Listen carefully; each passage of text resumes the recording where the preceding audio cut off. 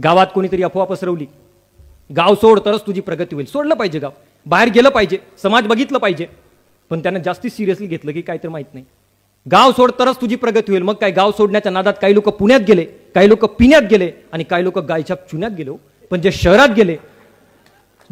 गेले, मोठमोठ्या शहरात त्यांनी घरं बांधली, मोठमोठी बिल्डिंगात आणली, त्यांनी परत कधी गावाकडे बघितलंच नाही.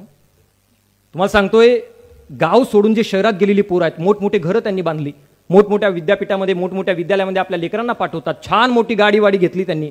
पण खेड्यात सुटलेल्या म्हाताऱ्या मायबापांकडे त्यांचं लक्ष राहिलं नाहीये. तुम्हाला माहित आहे, शहरात राहणाऱ्या पोरांना आपल्या म्हाताऱ्या मायबापांची, खेड्यातल्या मायबापांची आठवण कधी येते? तर सुनबाईची डिलिव्हरी झाली की नातवांना सांभाळायला कोणी नाही म्हणून खेड्यातल्या मायबापांची आठवण केली जाते. तरी माझी म्हातारी माय मोठ्या गुन्ह्या गोविंदानं आनंदाने निघून जाते की याच बहाण्यानं, याच निमित्तानं माझ्या नातवाचं तोंड तरी पाहायला मिळणार. ही वस्तुस्थिती आहे आपल्या समाजाची. आज लहान लहान लेकरं जराशी मोठी झाली, ओटांवरती मिसरूळ फुटायला लागलं की ते मायबापांना प्रश्न करतात, काय कमवून ठेवलं म्हणे आमच्यासाठी, काय केलं म्हणे आमच्यासाठी. मी इकडे सांगली जिल्ह्यामध्ये होतो, कार्यक्रमाच्या निमित्तानं बस स्टँडला बसून होतो. ते असतात ना हात पाहणारे ज्योतिषी. आता मी तर काही कुठं हात दाखवत नाही. ते आले माझ्याकडे, म्हणे बाळा म्हणे मी तुझ्या हात पाहू शकतो. माझ्याकडे वेळ भरपूर होता, कोणतरी पाहिजेच होता आपल्याला. म्हटलं घ्या की पा. त्यानं बघितलं, म्हणे काशी केली वनवाशी केली, नशिबी तुझ्या 7.5 आली म्हणे. म्हटलं महाराज मराठीत बोला की. अरे मराठीतच बोलतो की, ऐक ना म्हणे काशी केली वनवाशी केली, नशिबी तुझ्या 7.5 आली. घाबरू नको, उपाय सांगतो, एकदा पिंपळाला 10 दक्षिणा घाल, एकदा आईची वाटी ठेव, 101 रुपये दे म्हणे महाराज 101 रुपये, मीच तेवढा लांबून आलो, माझ्याकडे कुठं पैसे. महाराज म्हणले देऊ नकोस, मन बघत होतो, पैसा खोटा दगडातला देव मोठा. पुन्हा त्यानं हातात घेतलं, म्हणे तू लोकांसाठी लय करतो पण तुझ्यासाठी कोणी करत नाही महाराज. माझ्या काळजावर हात ठेवलं, म्हणलं तुम्ही, तू लोकांसाठी लय करतो पण तुझ्यासाठी कोणी करत नाही. रात्री म्हणतो येऊ करू तेव करू, सकाळी म्हणतो काय करू, तोंडात रसवंती आहे बघ म्हणे, तुझ्या राजकारणात तरी पडू नकोस, आणि पडलास तर सख्या बापावरही विश्वास ठेवू नकोस, 51 रुपये दे म्हणे. म्हटलं महाराज 51 रुपये नाही होतो माझ्याकडे, मीच तेवढा. अरे देऊ नकोस, मन बघत होतो, पैसा खोटा दगडातला देव मोठा. मग शेवटी त्याला राहवलं नाही, त्याला पैसेच पाहिजे होते की. तो म्हणला आई शपथ खरं सांगतोय, खोटं सांगत नाही, पंढरपूरहून आलोय, तुळजापूरला चाललोय, तुझ्या नावानं आईला तेलवाईन 21 रुपये तरी दे म्हणे.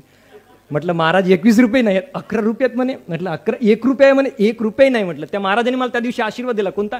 तू बाळा जा म्हणे, अख्खा महाराष्ट्र फिर, भारत फिर म्हणे, तो शनी तुझ्या काही बिघडवू शकणार, ज्याच्या खिशात 1 रुपये नाही तो शनी तरी त्याचा काय बिघडवणार म्हणे.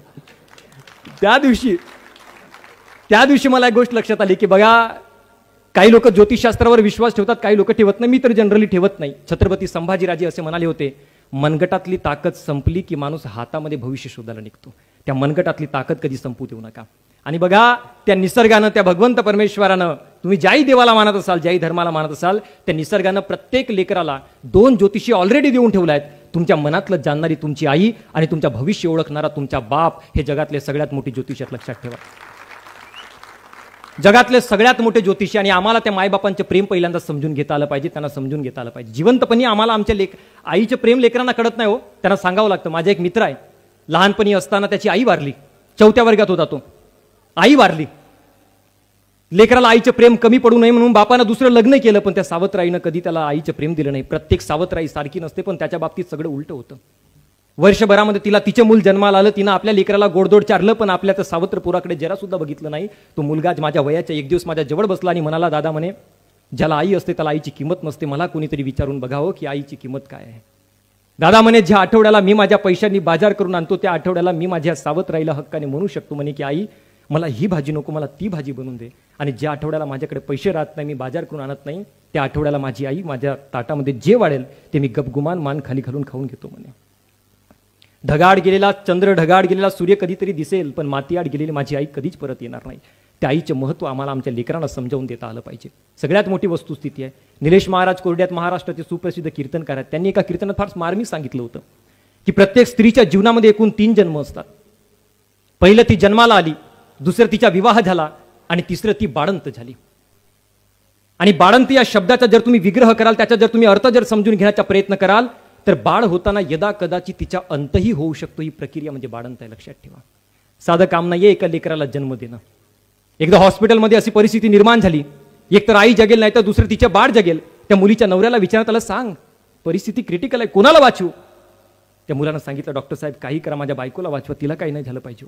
थोड्या वेळानंतर त्या मुलीचे आई वडील आले, ते म्हणाले, डॉक्टर साहेब आमच्या लेकीला वाचवा, तिला काही नाही झालं पाहिजे.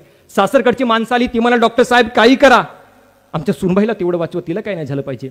पण भुलीचे डॉक्टर येईपर्यंत, भूल देईपर्यंत आणि भूल चढेपर्यंत त्या टेबलवर बसून असलेली ती मुलगी डॉक्टरांना सांगत होती, डॉक्टर साहेब माझे काहीही होऊ द्या बरं, पण माझ्या पोटातला पहिल्यांदा लेकरू वाचलं पाहिजे, हे फक्त एक आई करू शकते, लक्षात ठेवा. गर्भात पहिलं पाऊल ठेवण्याची जागा आमच्या आईनं आम्हाला दिली आहे. आपल्या शरीरामध्ये जो रक्त धावतोय त्या रक्ताचा पहिला थेंब आम्हाला आमच्या आईनं दिलाय. आमची हाडं मजबूत व्हावी, त्या हाडांना मजबूत करण्यासाठी दुधावट कॅल्शियम आईनं दिली आहे. आणि आपली लज्जा विसरून आईनं आम्हाला दूध पाजलेलं आहे. तुम्ही बघितलं असेल, एक आई आपल्या लेकराला दूध पाजताना कधीतरी कुठेतरी दिसली असेल, कधी सार्वजनिक ठिकाणी, कधी रेल्वे स्टेशनवर, कधी बस स्टँडवर. पण कधी विचार केलाय का, कधी ऑब्झर्व केलाय का, ज्या मुलीनं आपली लज्जा आपल्या जन्मदात्या बापासमोर कधी उघडी पडू दिली नाही, ज्या मुलीनं आपली लज्जा आपल्या भावासमोर कधी उघडी पडू दिली नाही, पण जेव्हा तिचं लग्न झालं, लग्नानंतर तिला पहिलं बाळ जन्माला आलं आणि जेव्हा तिला कळलं की आपला लेकरू उपाशी आहे, आपल्या लेकराला भूक लागली आहे, त्यावेळी त्या पोरीनं काळ पाहिला नाही, वेळ पाहिला नाही, जागा पाहिली नाही की मी कुठे रेल्वे स्टेशनवर आहे, कुठे अंगणामध्ये आहे, कुठे सार्वजनिक ठिकाणी आहे. तिनं पहिल्यांदा आपल्या लेकराची भूक महत्त्वाची समजली. हा सगळ्यात मोठा उपकार आहे आईच्या आपल्यावरती. तिनं आपली लज्जा विसरून घेतली. आणि म्हणून मला असं वाटतं की त्या आईचे उपकार आम्ही कधीही विसरू नये, त्या बापाचे उपकार आम्ही कधीही विसरू नये. आज शोकांतिकेची गोष्ट अशी की एक म्हातारी माय आपल्या 4 लेकरांना सांभाळू शकते, एक म्हातारा बाप आपल्या 4 लेकरांना सांभाळू शकते, पण 4 लेकरं असूनही 2 म्हाताऱ्या मायबापांना सांभाळू शकत नसतील, ती सगळ्यात मोठी व्यथा आहे आपल्या समाजाची. जे स्वप्न आमच्या राजश्री शाहूजी राजेंनी बघितलं होतं, जे स्वप्न आमच्या महापुरुषांनी बघितलं होतं, ते स्वप्न कुठेतरी धुळीत मिसळतंय का, हा सगळ्यात मोठा महत्त्वाचा प्रश्न मला आजच्या या कार्यक्रमाच्या निमित्तानं उपस्थित करावंसं वाटतं. घरामध्ये 80 वर्षाची म्हातारी माय होती, 2 मुलं होते. दर दिवशी मुलांमध्ये भांडणं व्हायची की नाही, हिला माझ्याकडे ठेवू नकोस, मोठा भाऊ म्हणायचा हिला माझ्याकडे ठेवू नकोस. मग 80 वर्षाच्या म्हाताऱ्या आईनं नेमकं जावं कुठं?